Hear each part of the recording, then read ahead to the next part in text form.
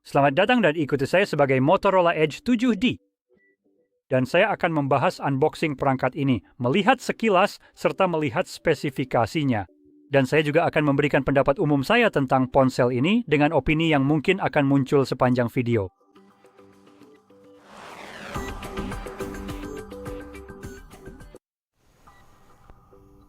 Oke, jadi mari kita mulai dengan membuka kotaknya.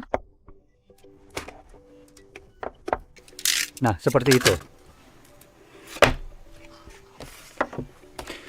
Di dalam sini kita mendapatkan kotaknya cukup tebal juga. Banyak dokumen di dalamnya. Saya suka yang satu ini. Ada aroma yang cukup enak dari ponselnya.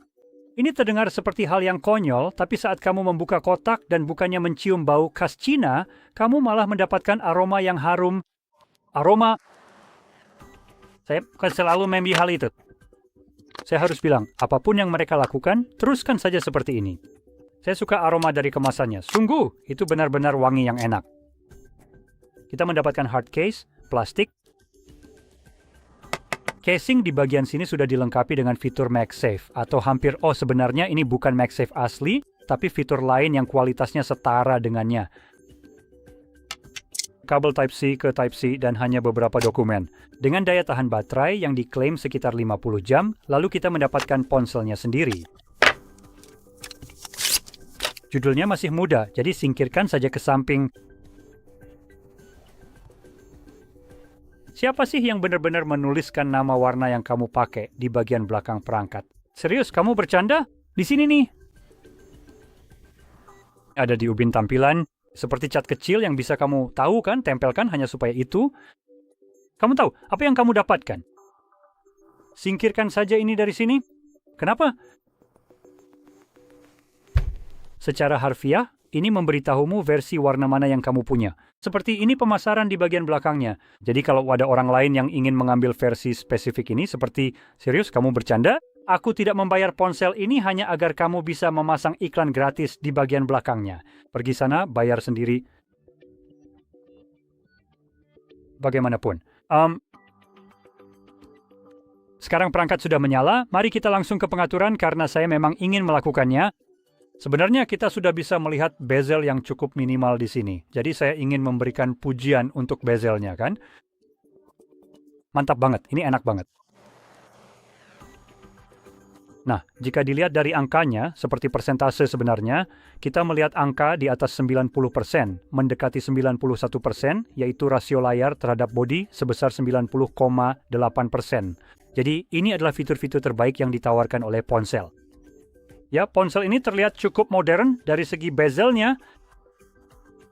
Tidak, terima kasih. Anda tidak akan menampilkan iklan kepada saya. Jadi, isyarat.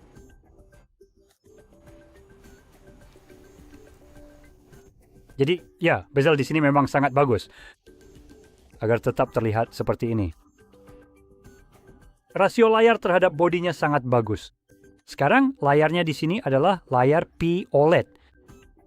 Layar ini mendukung 1 miliar warna, refresh rate 120 Hz, HDR 10+, dan tingkat kecerahan puncak 4500 nits. Spesifikasi layar di sini memang sangat bagus. Selain itu, kita punya 446 piksel per inci, sehingga perangkat ini memiliki resolusi 1220 x 2712 piksel.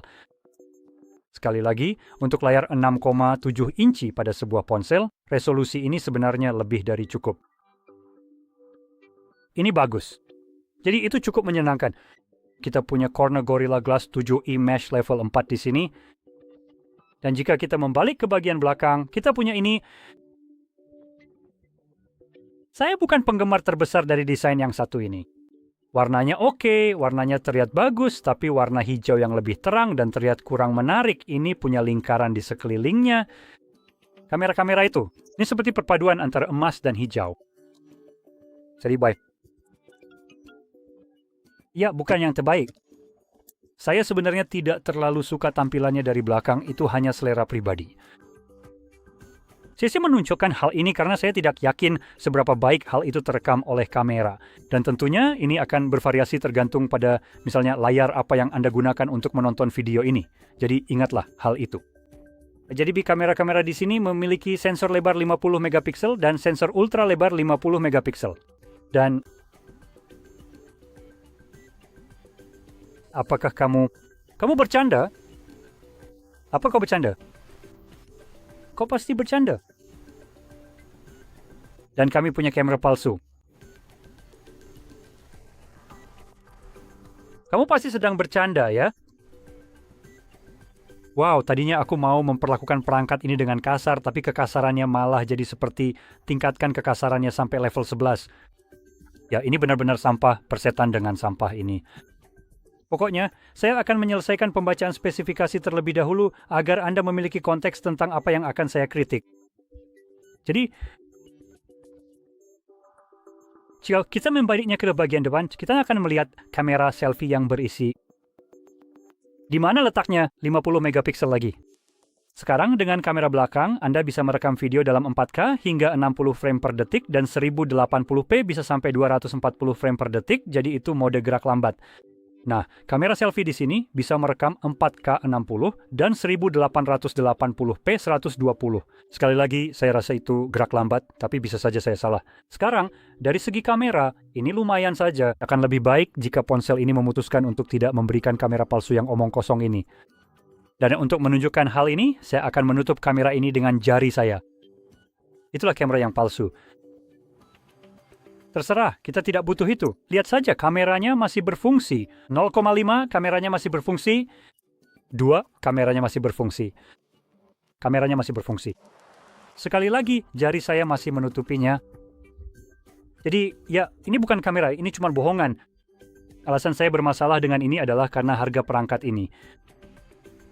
Tidak seharusnya ada ruang di perangkat seharga 800 euro untuk menaruh sesuatu yang jelek seperti ini.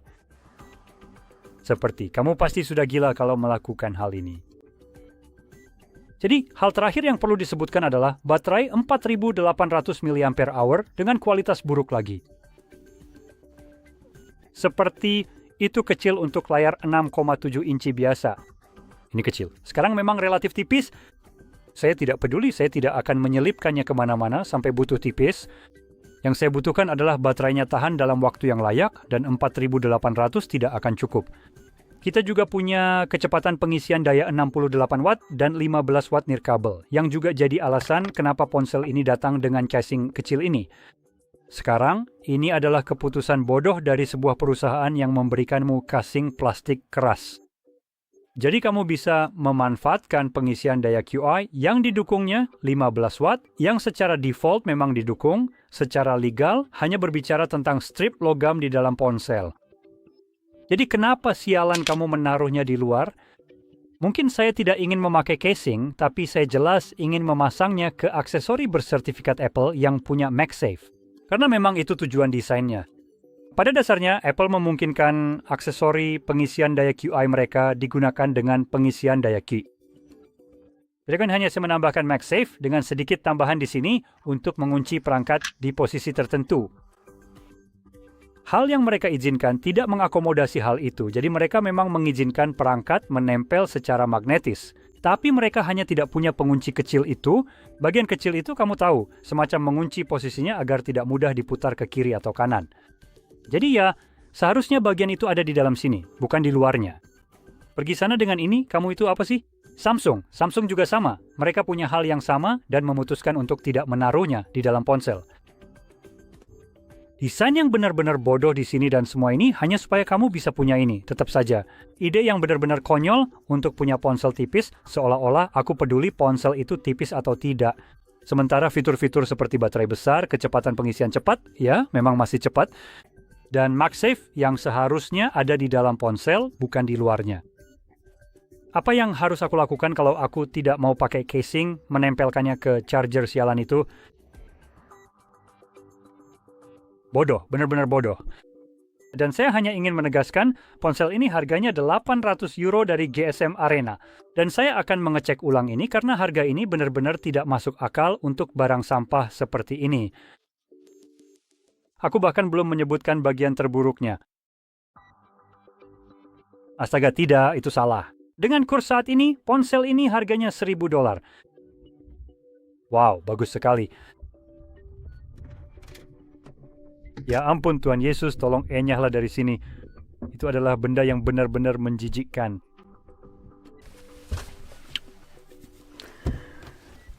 Astaga, wow, saya perlu mengambil napas sejenak di sini. Wow, perangkat itu benar-benar menjijikkan.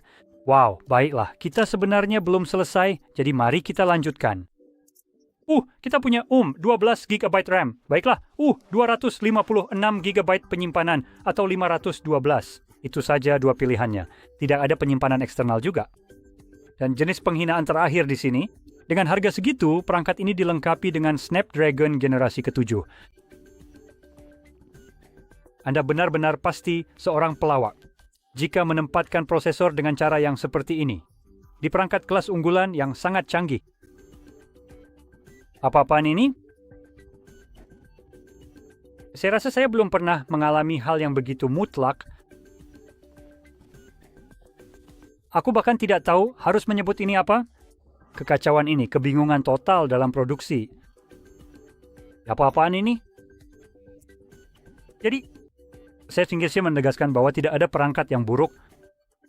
Yang ada adalah harga yang buruk, dan Anda mungkin bisa menebak bahwa ini adalah harga yang buruk untuk perangkat ini, atau bahkan menyebutnya buruk saja sudah terlalu halus. Ini adalah kegagalan monumental dalam hal apa yang Anda tawarkan di sini dan berapa yang Anda kenakan biayanya. Agar lebih jelas, ponsel ini menawarkan kamera palsu, baterai jelek, MagSafe palsu yang letaknya di luar, branding, pemasaran, branding di bagian belakang. Jadi siapapun yang melihat ponsel ini bisa tahu warna apa yang kamu punya, jadi mereka tahu apa yang harus dicari. Ini benar-benar nama warna dari ponsel ini. Pernahkah kamu melihat misalnya di sini tulisan silver di bagian belakang? Jadi kamu tahu, aku punya Samsung versi silver. Tidak, karena itu benar-benar menghina, apalagi kalau kamu mematok harga $1.000 untuk sebuah perangkat. Dan lebih dari itu, kita belum selesai di sini. Memberikan prosesor yang benar-benar sampah untuk harga seperti itu sama sekali tidak bisa diterima. Ponsel ini sejak awal memang pantas dibuang ke tempat sampah. Untuk apa yang mereka tawarkan, tidak ada alasan siapapun harus membeli ini. Ketika kamu bisa membeli sesuatu seperti Samsung S25 Ultra karena penjualannya tidak terlalu bagus, harganya sekarang sama dengan ini. Sekarang, apakah ini terlihat seperti akan bisa bersaing dengan S25 Ultra? Bisa saya pastikan, itu tidak benar. Jadi ini hanya sia-sia. Ini benar-benar saat Anda mengeluarkan pengisi daya dari kotaknya, sebaiknya Anda sekalian mengeluarkan ponselnya juga. Ini adalah pemborosan yang sangat besar. Sebenarnya tidak, maaf. Pengisi daya termasuk limbah elektronik yang lebih sedikit. Anda sebenarnya bisa memanfaatkan ini. Dengan harga $1.000, ponsel ini seharusnya tidak ada. Ini adalah polusi nyata bagi planet kita. Itu hanya membuang-buang pasir dan plastik.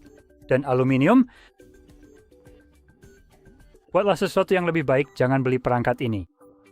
Ya ampun, ponsel ini membuatku marah. Gagasan memproduksi barang yang sama berulang kali dan menaikkan harga produk sambil menurunkan nilainya benar-benar membuatku marah. Dan semakin banyak perusahaan yang mulai ikut-ikutan. Karena lebih mudah mencoba memberi Anda perangkat baru tanpa mengubah diri Anda daripada benar-benar berusaha untuk mendapatkannya. Jadi carilah yang lain. Sial, dengan harga segini, beli saja iPhone. Setidaknya kamu dapat kamera yang lebih bagus di sana. Dan umumnya perangkatnya juga lebih cepat, mengingat mereka tidak menggunakan prosesor kelas menengah. Jadi ya, curhatan dan kemarahan saya berakhir di sini. Jadi kalau kamu merasa video ini bermanfaat, maaf soal itu, jangan lupa klik like, subscribe, dan terima kasih sudah menonton.